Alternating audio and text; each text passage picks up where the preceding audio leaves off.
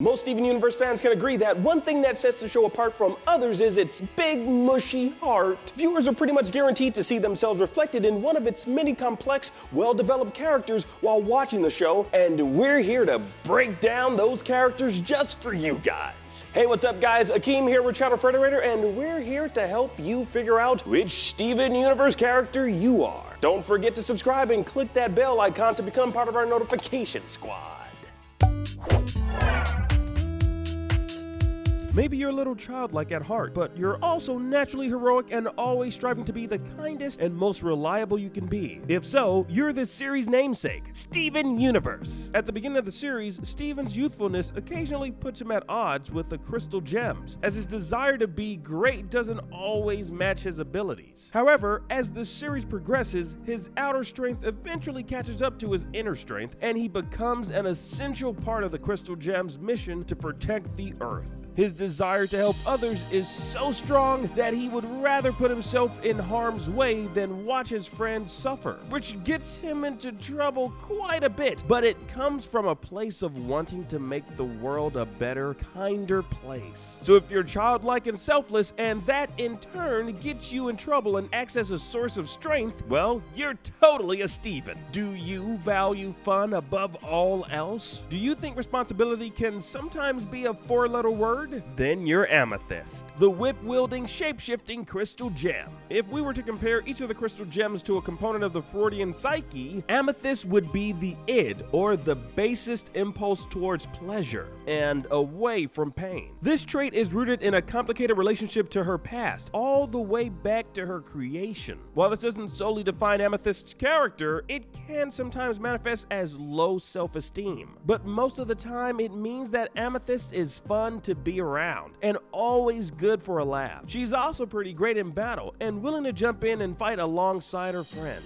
So if people often describe you as fun to be around and you're good at easing tension in stressful situations, even if it's sometimes to hide insecurities because, well, we all have those, then you're definitely an Amethyst. Why do so many people find learning to be tedious? The world has so many wonders to offer to anyone willing to learn about them. If this sounds like you, you're Pearl, the makeshift mother of the crystal gems. Pearl's approach to life is very much grounded in logic and reason, virtually the opposite of Amethyst's act first, think later mentality. Pearl is the type to make a mental pros and cons chart, probably giving equal weight to each argument before making any major decision. Her affinity for reason and thinking things through makes her a natural problem solver, though it can also manifest as perfectionism and alienate her when it comes to feelings, because those have to be felt rather than thought through with logic. But thanks to a good heart, which applies to most of the Steven Universe characters, Pearl is always willing to learn and is a naturally gifted teacher. So if you value thought, would sometimes describe yourself as an overthinker, and have been called smart by those who know you, then you're a Pearl. Do you find strength in staying calm and composed? Are you kind of secretly a huge romantic? Do you have a British accent? Then you gotta be Garnet, the crystal gem's stoic leader. Okay, you don't have to have a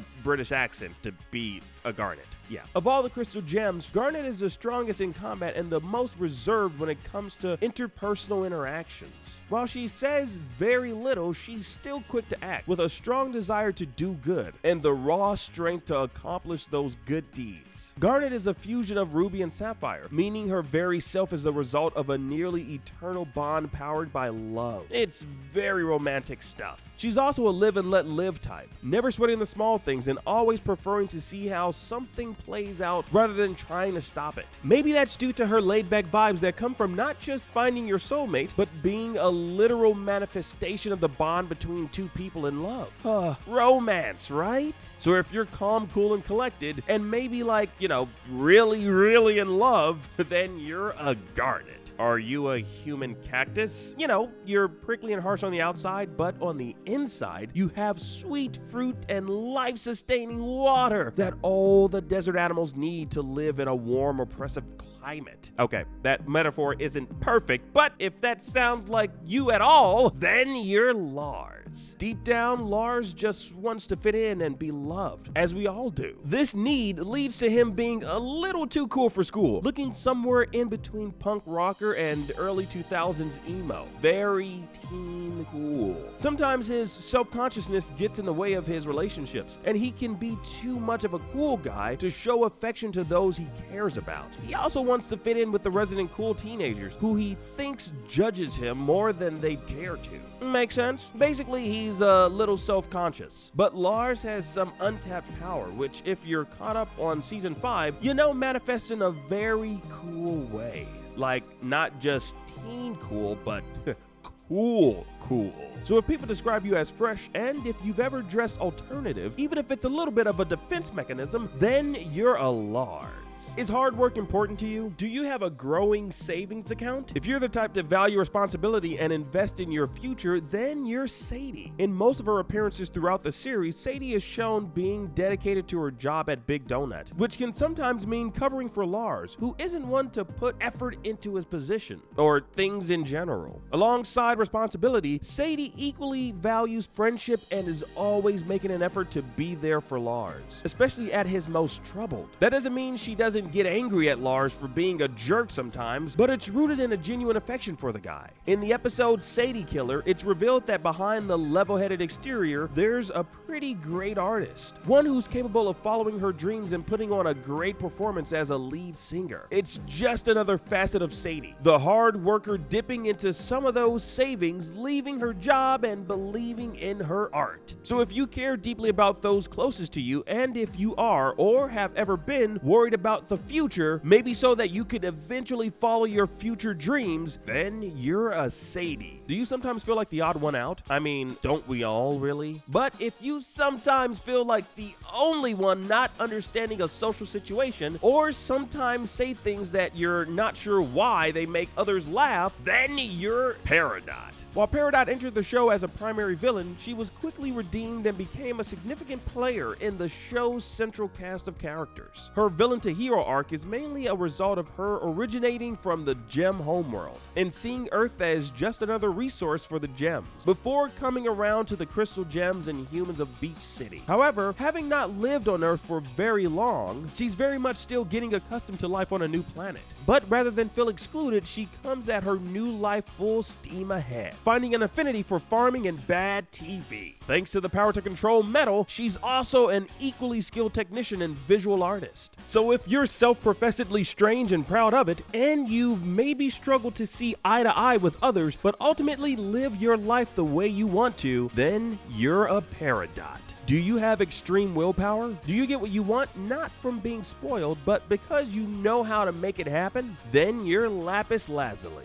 Though she's something of a tragic character, having survived multiple traumas over the course of the show, Lapis is still extremely powerful in spite of it. She's capable of using her power over water to take control of the entire ocean, as well as combating the extremely daunting Jasper for months on end. Occasionally, her traumatic past can make her fearful, but when her mind is made up, she's a force to be reckoned with. So if your will is big and imposing, and you can relate to this ability coming as a result of some history you'd rather not relive, then you're probably a Lapis. It's okay. Everything's chill, man.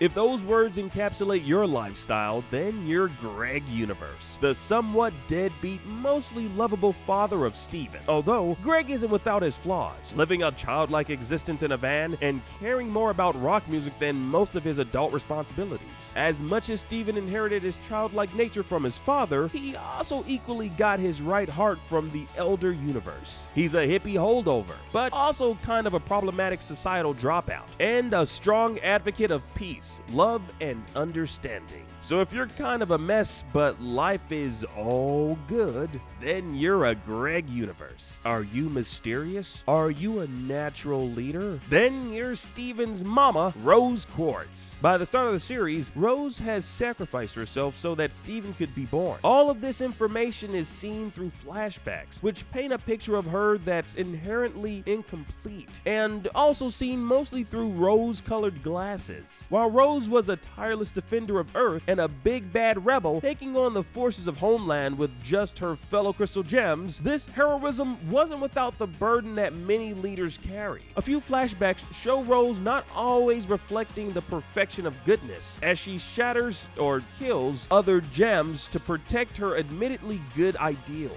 She also hid away some of her deeds from the other crystal gems to protect them from the ugliness that made her righteousness possible. It's the type of tough decision that falls onto any leader's plate, with no right answer other than standing up for what you believe. So if you find yourself naturally taking on the responsibility of leading others with all the good and bad that comes along with it, so that others can be happier and thriving, then you're a Rose Quartz. Are you fiercely independent? Does a thirst for adventure match your studiousness? Then you're Connie Marheswaran, the only full human member of the Crystal Gems. Connie comes from a household that values tradition and diligence, some of which has rubbed off on her. She approaches studies like violin and swordsmanship equally, with a dedication to each craft. However, she also has a strong desire to go into the world and be adventurous. Having lived with protective parents, she's not initially skilled in dealing with the dangerous supernatural missions that are commonplace for the Crystal Gems. But a strong desire to live and learn very quickly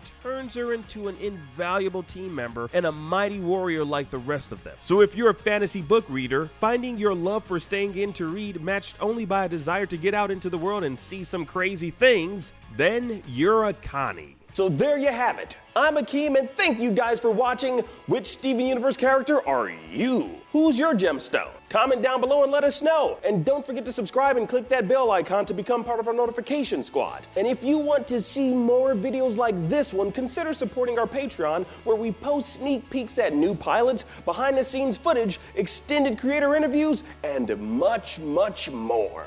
And always remember, gang, Frederator loves you.